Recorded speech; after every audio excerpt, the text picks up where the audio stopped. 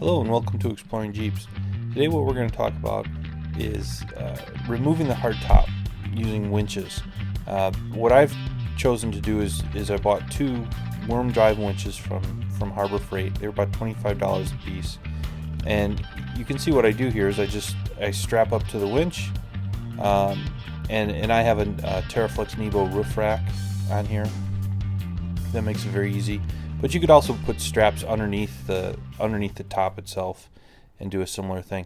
Now these winches have a worm drive that you're able to turn, and that gives you a lot of extra leverage with it.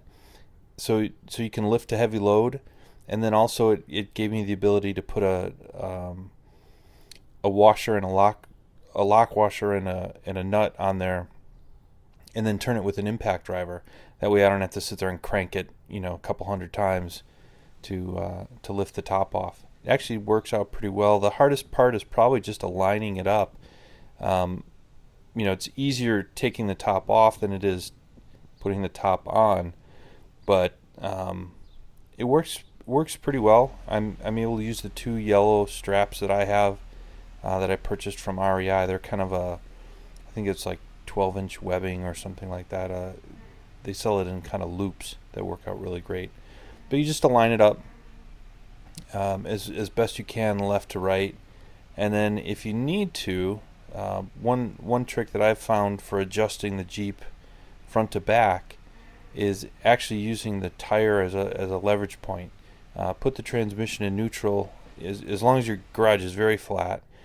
And with not that much effort, you can move the Jeep just with your hands. And obviously, any slant in this thing would just roll away. So if you have any questions, don't do it. But it's pretty simple. And then here are the straps that I was talking about, and you just find a good solution. Way to tie it onto your rack or however your whatever your attachment points are, and then you just hook these to the winch, and that's pretty much the only attachment point you need. This roof rack from Terraflex is actually very solid, very easily supports the removal of the top. So the other thing you have to do, obviously, is you have to take all the bolts in the front panels off. So there's the two panels, and then there's two bolts in the front. I think they're I forget what Torx bit they are. But you take the two front ones out, and then there's three on each side in the back. This isn't going to be just like kind of your normal hardtop removal video. On my rack, I have 4 screws that go through the roof rack into mounting plates that sit on the roll cage.